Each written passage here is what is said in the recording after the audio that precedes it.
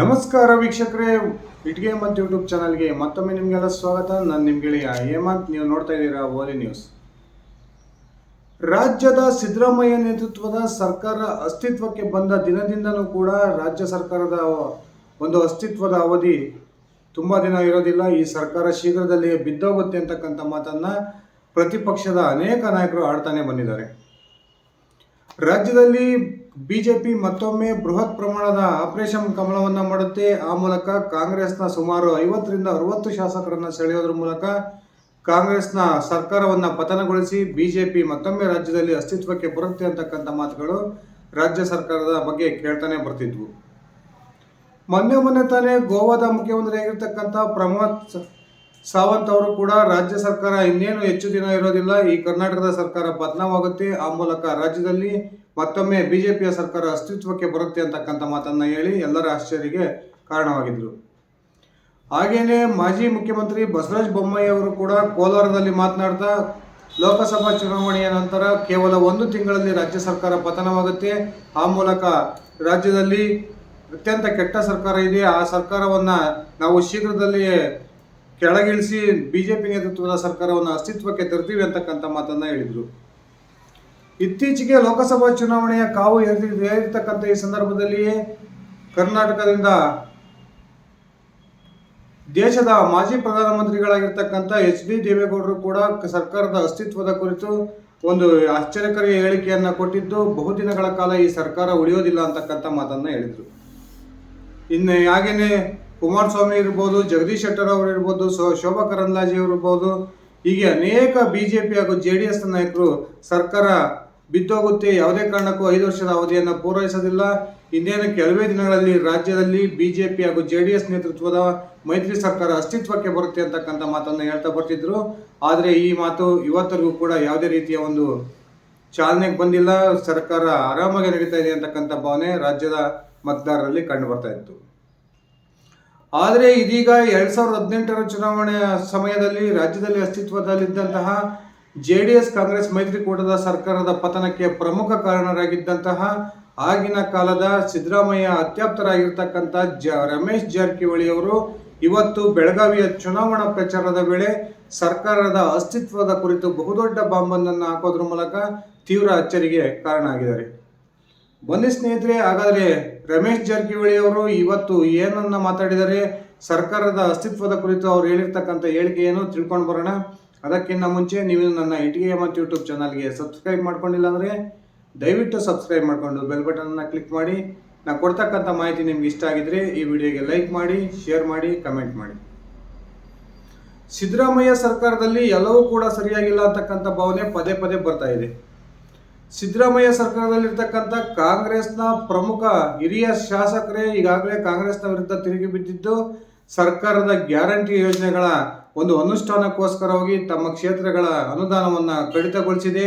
ಆ ಕಾರಣಕ್ಕೆ ನಾವು ಕ್ಷೇತ್ರದ ಮತದಾರರಿಗೆ ಮುಖ ತೋರಿಸೋದು ಕೂಡ ಕಷ್ಟ ಆಗಿದೆ ಅಂತಕ್ಕಂಥ ಮಾತುಗಳನ್ನು ಸರ್ಕಾರದ ಹಿರಿಯ ಶಾಸಕರು ಹೇಳ್ತಾ ಬರ್ತಿರ್ತಕ್ಕಂಥದ್ದನ್ನು ನಾವೆಲ್ಲ ನೋಡಿದ್ವಿ. ಅದರಲ್ಲೂ ಕೂಡ ಸಿದ್ದರಾಮಯ್ಯನವರ ಆರ್ಥಿಕ ಸಲಹೆಗಾರರಾಗಿರ್ತಕ್ಕಂಥ ಬಸವರಾಜ ರಾಯರೆಡ್ಡಿ ಅವರೇ ಒಂದು ಮಾತನ್ನು ಹೇಳಿದರು. ರಾಜ್ಯ ಸರ್ಕಾರ ಗ್ಯಾರಂಟಿ ಯೋಜನೆಗಳ ಒಂದು ಜಾರಿಗೊಳಿಸೋದಕ್ಕೋಸ್ಕರ ಸರ್ಕಾರ ತೀವ್ರ ಸಂಕಷ್ಟವನ್ನು ಅನುಭವಿಸ್ತಾ ಇದೆ. ಈ ಕಾರಣಕ್ಕೆ ಶಾಸಕರ ಕ್ಷೇತ್ರಗಳಿಗೆ ಅಭಿವೃದ್ಧಿಗೆ ಅನುದಾನವನ್ನು ಕೊಡೋದಕ್ಕೆ ಸರ್ಕಾರಕ್ಕೆ ಸಾಧ್ಯವಾಗ್ತಾ ಇಲ್ಲ.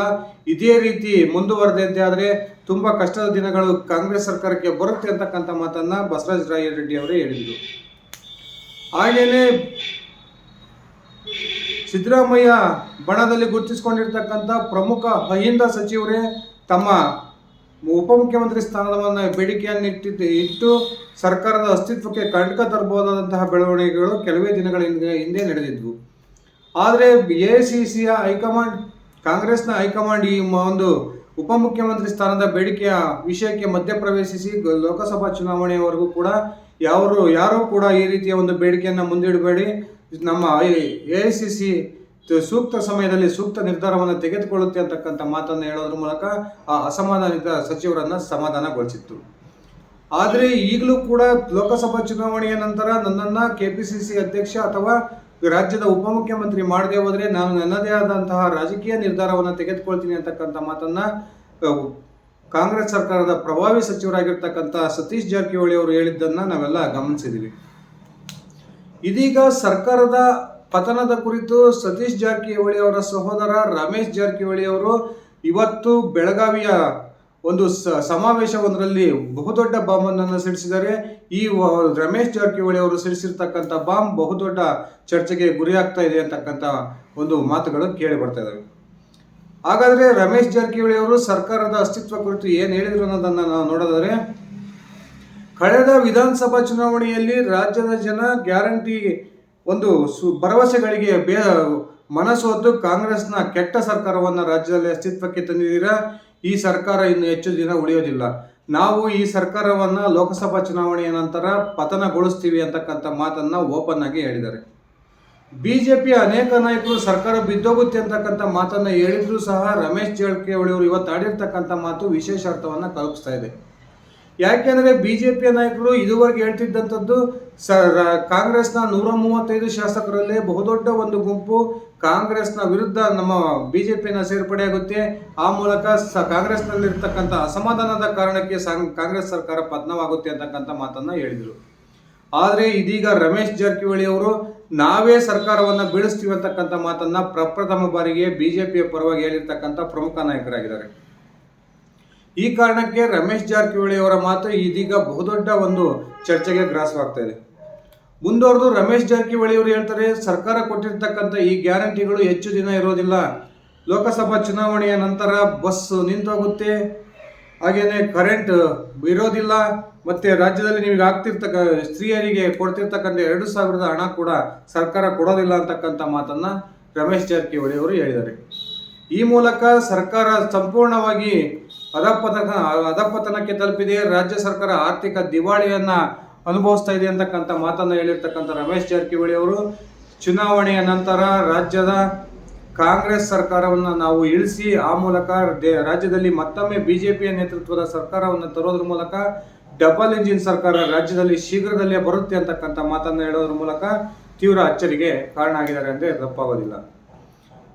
ಸ್ನೇಹಿತರೆ, 2018ರ ಚುನಾವಣೆಯ ನಂತರ ರಾಜ್ಯದಲ್ಲಿ ಅಸ್ತಿತ್ವದಲ್ಲಿದ್ದಂತಹ JDS ಹಾಗೂ ಕಾಂಗ್ರೆಸ್ ನೇತೃತ್ವದ ಮೈತ್ರಿ ಸರ್ಕಾರವನ್ನು ಕೆಡವೋದ್ರಲ್ಲಿ ಪ್ರಮುಖ ಪಾತ್ರ ವಹಿಸಿದ್ದಂಥವರು ರಮೇಶ್ ಜಾರಕಿಹೊಳಿ ಅಂದರೆ ತಪ್ಪಾಗೋದಿಲ್ಲ. ಈ ಬಾರಿಯೂ ಕೂಡ ರಮೇಶ್ ಜಾರಕಿಹೊಳಿ ಸರ್ಕಾರದ ಅಸ್ತಿತ್ವದ ಕುರಿತು ಆಡಿರ್ತಕ್ಕಂಥ ಈ ಮಾತು ಅತ್ಯಂತ ಅಚ್ಚರಿಗೆ ಕಾರಣವಾಗಿದೆ. ರಮೇಶ್ ಜಾರಕಿಹೊಳಿ ಅವರು ಏನಾದರೂ ನೇರವಾಗಿ ಒಂದು ಆಪರೇಷನ್ ಕಮಲಕ್ಕೆ ಇಳಿತಾರ ಅಂತಕ್ಕಂಥ ಚರ್ಚೆಗಳು ಕೂಡ ನಡೀತಾ ಇದ್ದಾವೆ. ಈಗಾಗಲೇ ಕಾಂಗ್ರೆಸ್ನ 135 ಶಾಸಕರಲ್ಲಿ ತೀವ್ರವಾದ ಅಸಮಾಧಾನ ಕಾಂಗ್ರೆಸ್ ಸರ್ಕಾರದಲ್ಲಿ ಕಂಡು ಬರ್ತಾ ಇದೆ. ಕಾಂಗ್ರೆಸ್ನ ಪ್ರಮುಖ 2 ಬಣಗಳು ಈಗಾಗಲೇ ರಾಜ್ಯದಲ್ಲಿ ಅಸ್ತಿತ್ವದಲ್ಲಿದ್ದು 2 ಬಣಗಳ ನಾಯಕರು ಒಬ್ಬರನ್ನೊಬ್ಬರು ಕಾಲು ಎಳ್ಕೊಳ್ತಕ್ಕಂಥ ಒಂದು ಕೆಲಸಕ್ಕೆ ಕೈ ಹಾಕಿದ್ದಾರೆ. ಈ ಲೋಕಸಭಾ ಚುನಾವಣೆಯ ಫಲಿತಾಂಶ ಒಂದು ವೇಳೆ ಕಾಂಗ್ರೆಸ್ ನಿರೀಕ್ಷಿಸಿದಂತೆ 20ಕ್ಕೂ ಹೆಚ್ಚು ಸ್ಥಾನಗಳನ್ನು ಕಾಂಗ್ರೆಸ್ ಪಕ್ಷ ಗೆಲ್ಲದೆ ಹೋದರೆ ಆ ಒಂದು ಸಮಯದಲ್ಲಿ ಕಾಂಗ್ರೆಸ್ನ ಗುಂಪುಗಾರಿಕೆ ಬಹುದೊಡ್ಡ ಹಂತಕ್ಕೆ ತಲುಪುತ್ತೆ ಅಂತಕ್ಕಂಥ ಮಾಹಿತಿಗಳು ಲಭ್ಯವಾಗ್ತಿದ್ದಾವೆ. ಕಾದ್ ನೋಡೋಣ ಸ್ನೇಹಿತರೆ, ರಮೇಶ್ ಜಾರಕಿಹೊಳಿ ಅವರು ಕೊಟ್ಟಿರ್ತಕ್ಕಂಥ ಸರ್ಕಾರದ ಪತನದ ಈ ಹೇಳಿಕೆ ಎಷ್ಟರ ಮಟ್ಟಿಗೆ ಪ್ರಾಮುಖ್ಯತೆಯನ್ನು ಪಡೆದುಕೊಳ್ಳುತ್ತೆ. ರಾಜ್ಯದಲ್ಲಿ ಬಿಜೆಪಿ ಬಹುದೊಡ್ಡ ಮಟ್ಟದ ಆಪರೇಷನ್ ಕಮಲವನ್ನೇನಾದರೂ ಮಾಡುತ್ತಾ ಅಥವಾ ಸತೀಶ್ ಜಾರಕಿಹೊಳಿ ಅವರು ಬೇಡಿಕೆ ಇಟ್ಟಿರುವ ಹಾಗೆ ಲೋಕಸಭಾ ಚುನಾವಣೆಯ ನಂತರ ಸತೀಶ್ ಜಾರಕಿಹೊಳಿ ಅವರನ್ನ ಕಾಂಗ್ರೆಸ್ ಸರ್ಕಾರ ಏನಾದರೂ ಉಪಮುಖ್ಯಮಂತ್ರಿ ಅಥವಾ KPCC ಅಧ್ಯಕ್ಷರನ್ನಾಗಿ ಮಾಡದೆ ಹೋದರೆ ಸುಮಾರು 50ಕ್ಕೂ ಹೆಚ್ಚು ತನ್ನ ಬೆಂಬಲಿಗ ಶಾಸಕರೊಂದಿಗೆ ಸತೀಶ್ ಜಾರಕಿಹೊಳಿ ಅವರು ಕಾಂಗ್ರೆಸ್ ಅನ್ನು ತೊರೆದು ಬಿಜೆಪಿಯನ್ನು ಸೇರ್ಪಡೆಯಾಗೋದ್ರ ಮೂಲಕ ಬಿಜೆಪಿಯ ಮುಖ್ಯಮಂತ್ರಿಯಾಗಿ ಅಧಿಕಾರವನ್ನು ಸ್ವೀಕರಿಸ್ತಾರ. ಆ ಮೂಲಕ ರಾಜ್ಯ ಸರ್ಕಾರ ಪತನವಾಗುತ್ತಾ ರಮೇಶ್ ಜಾರಕಿಹೊಳಿ ಅವರು ಹೇಳಿದಂಗೆ ರಾಜ್ಯದಲ್ಲಿ ಡಬಲ್ ಇಂಜಿನ್ ಸರ್ಕಾರ ಬರುತ್ತಾ, ಕೇಂದ್ರದಲ್ಲಿ ಕೂಡ ಬಿಜೆಪಿ ಸರ್ಕಾರ ಅಸ್ತಿತ್ವಕ್ಕೆ ಬರೋದು ಬಹುತೇಕ ಖಚಿತವಾಗಿರ್ತಕ್ಕಂಥ ಈ ಸಂದರ್ಭದಲ್ಲಿ ರಮೇಶ್ ಜಾರಕಿಹೊಳಿ ಕೊಟ್ಟಿರ್ತಕ್ಕಂಥ ಈ ಹೇಳಿಕೆ ಅತ್ಯಂತ ಮಹತ್ವವನ್ನು ಪಡೆದುಕೊಂಡಿದೆ ಅಂದರೆ ತಪ್ಪಾಗೋದಿಲ್ಲ. ನಿಮ್ಮ ವೈಯಕ್ತಿಕ ಅಭಿಪ್ರಾಯದಲ್ಲಿ ರಮೇಶ್ ಜಾರಕಿಹೊಳಿ ಅವರು ಹೇಳಿರ್ತಕ್ಕಂಥ ಈ ಹೇಳಿಕೆ ನಿಜ ಆಗ್ಬೋದಾ ಅಥವಾ ರಾಜ್ಯ ಸರ್ಕಾರದ ಪತನ ಸುಳ್ಳು ಅಂತಕ್ಕಂಥದ್ದನ್ನ ದಯವಿಟ್ಟು ಕಮೆಂಟ್ ಮಾಡಿ ತಿಳಿಸಿ. ಇದಿಷ್ಟಾಗಿತ್ತು ಸ್ನೇಹಿತರೆ ನನ್ನ ಇವತ್ತಿನ ಈ ವಿಡಿಯೋ. ನಾನು ಕೊಟ್ಟಿರ್ತಕ್ಕಂಥ ಈ ಮಾಹಿತಿ ನಿಮ್ಗೆ ಇಷ್ಟ ಆಗಿದ್ರೆ ಈ ವಿಡಿಯೋಗೆ ಲೈಕ್ ಮಾಡಿ, ಶೇರ್ ಮಾಡಿ, ಕಮೆಂಟ್ ಮಾಡಿ. ಅದೇ ರೀತಿ ನೀವು ನನ್ನ ಇಟ್ಕೆ ಮತ್ತು ಯೂಟ್ಯೂಬ್ ಚಾನಲ್ಗೆ ಸಬ್ಸ್ಕ್ರೈಬ್ ಮಾಡ್ಕೊಂಡಿಲ್ಲ ಅಂದರೆ ದಯವಿಟ್ಟು ಸಬ್ಸ್ಕ್ರೈಬ್ ಮಾಡಿಕೊಂಡು ಬೆಲ್ ಬಟನನ್ನು ಕ್ಲಿಕ್ ಮಾಡಿ ಈ ನನ್ನ ಓದಿ ನ್ಯೂಸ್ ಚಾನಲ್ನ ಇದೇ ಥರ ನೋಡ್ತಾ ಇರಿ. ಧನ್ಯವಾದಗಳು ಸ್ನೇಹಿತರೆ, ಶುಭ ದಿನ.